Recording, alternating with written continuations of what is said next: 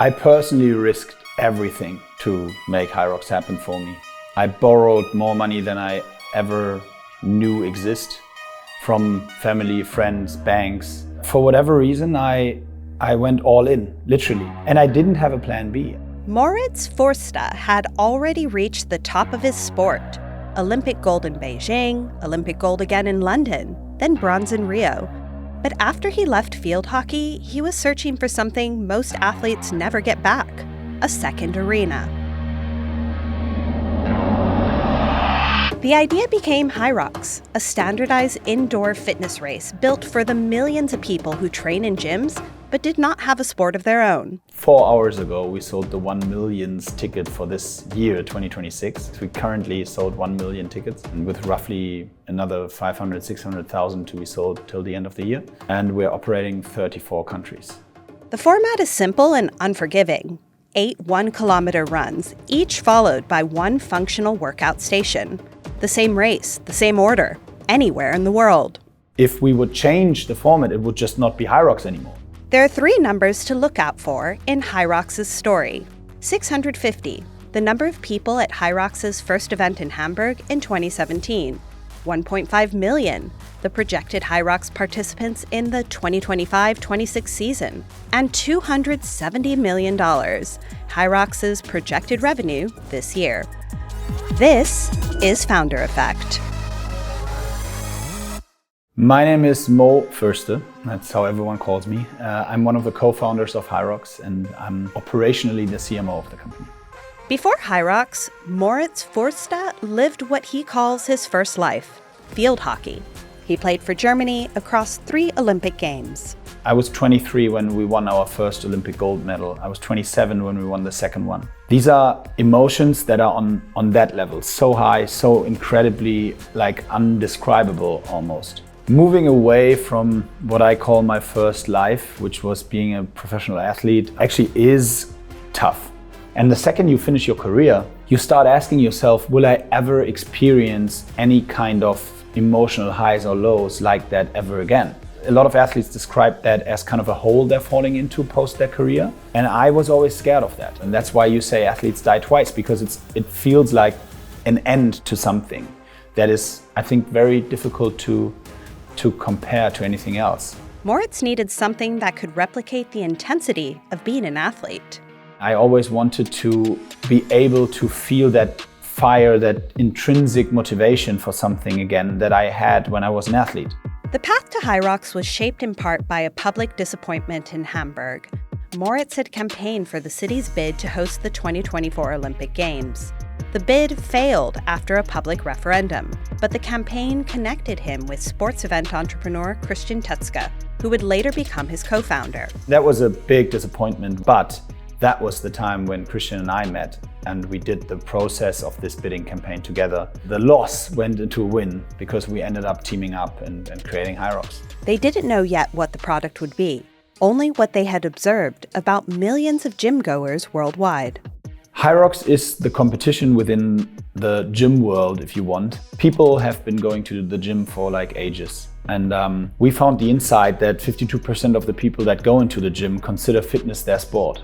There was no sport of fitness, or fitness is not a sport, it's a training methodology. We wanted to create the sport that all these people were already training for. So Hyrox is a mix of functional fitness workouts and running. Now it became a global movement that people call hybrid racing, which is the sport, and Hyrox is the product.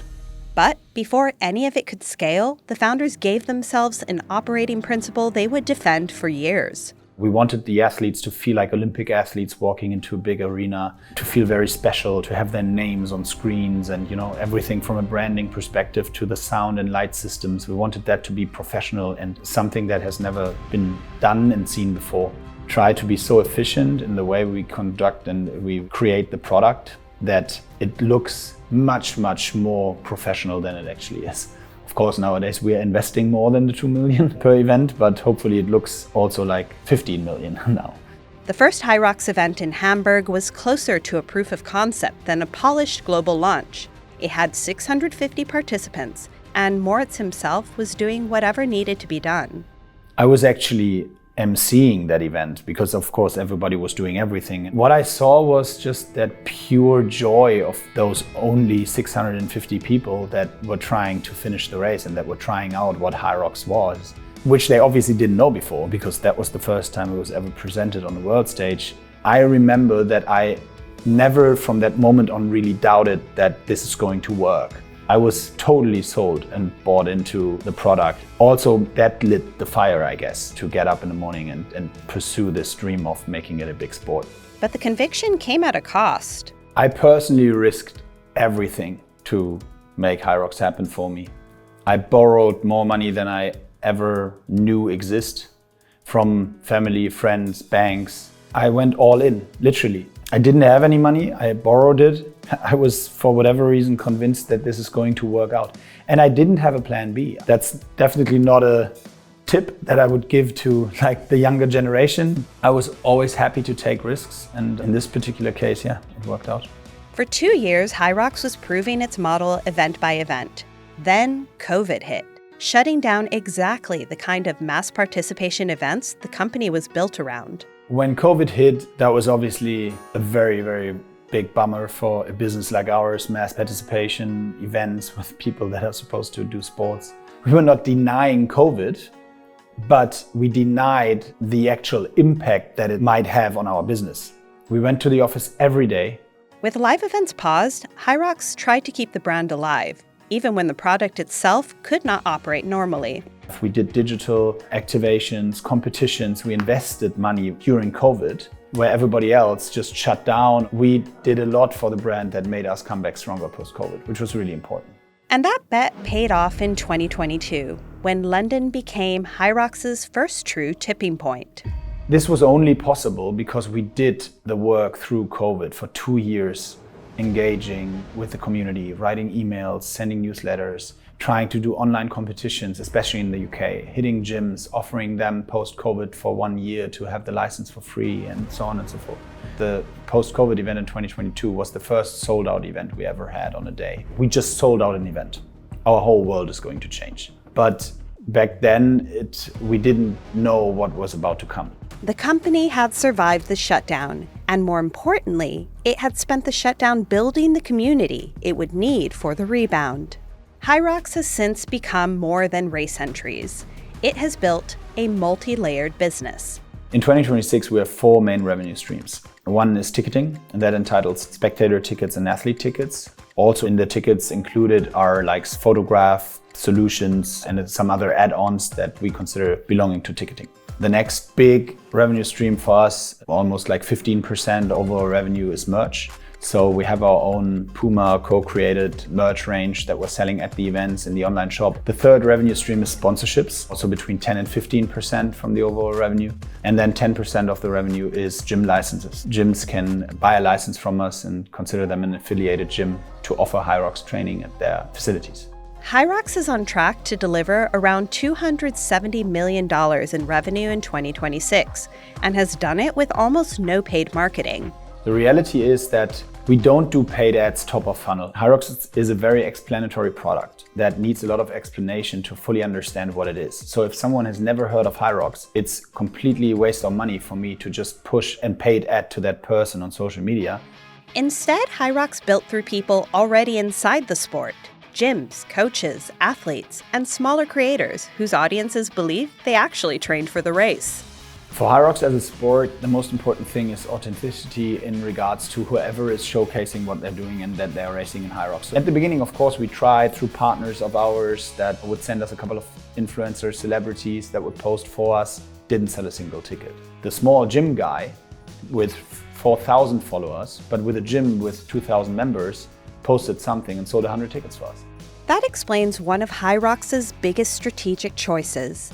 It did not become a gym chain. It made gyms part of the distribution network. We could open 100 gyms now worldwide, and they might be very successful, but then we would only have 100 gyms that are doing Hyrox. Now currently we have almost 16,000 gyms where you can train Hyrox. And we don't want to get into competition with our 16,000 gym partners, so why should we open gyms if we have the bigger picture in mind? For Hyrox, the gym is not just a sales channel. It is a local sports club, the place where athletes train, talk, recruit friends, and prepare for race day. Hyrox's growth has been strongest across continental Europe, the UK, and North America, but the Middle East has quickly become one of its clearest expansion priorities. Basically, our global expansion strategy always entitled having Hyrox events. Our dream was in the 150 urban metropolitan cities in the world. And we did a list. We went through it without having been to all of them. Abu Dhabi, Dubai, these were all cities that were part of the list. It was always clear that the Middle East are a very, very important part of our business. In Abu Dhabi, Hyrox staged a race at one of the Emirates' major exhibition and events venues in collaboration with its sports council. More than 3,500 athletes from 124 nationalities took part. For Hyrox, it was proof that the same format that began with 650 people in Hamburg could travel into one of the world's most ambitious sports markets. But global demand creates a new problem. The race can be replicated city to city, but the experience cannot be overcrowded. Scarcity is important. I mean, the reality is that due to the fact that tickets are very hard to get, that's what keeps people coming back and keeps people looking into opportunities to maybe even fly to another city or travel to another city. We sold 15,000 tickets in New York in 2025. We sold 55,000 tickets this year in 1 hour. We could have probably sold 80,000, but internally we are crazy, we are nuts. Why are we offering 55,000 tickets? Moritz's next ambition is bigger than race weekends. He sees Hyrox as a platform for hybrid racing, the broader sport the company helped popularize, and one that could eventually have an Olympic pathway. I am 100% convinced that hybrid racing as a sport will be included into the Olympic Games over the next decade. Hyrox as a brand will most likely not be an Olympic discipline, but it's very likely that the hybrid racing Olympic Games, if you want to qualify for that, you are qualifying through Hyrox. That's a path we're working on together with World Triathlon, with the IOC, and with all the players involved. It would be a full circle moment for me to see Hyrox ending up being at least the path towards the Olympics one day. Hyrox is also expanding beyond the race itself. Through Hyrox experiences, the company is trying to create more moments between weekly training and race day, from fitness travel to camps, resorts, and other community-led events. Music and sports are the only two things in the world that can bring people together, regardless of their ethnicity or religion or whatever it is. And these are celebration moments that we want to create. After 3 Olympic medals, a near collapse during COVID, and a sport now on track for $270 million, Moritz resists giving founders a formula. I am not a fan of advices at all. I don't think there are good advices in life. My experience, and this is what I can share, if you believe in what you're doing, then you should always pursue that. And you will know if you believe in what you're doing, because if you are questioning yourself, then you're not believing in it.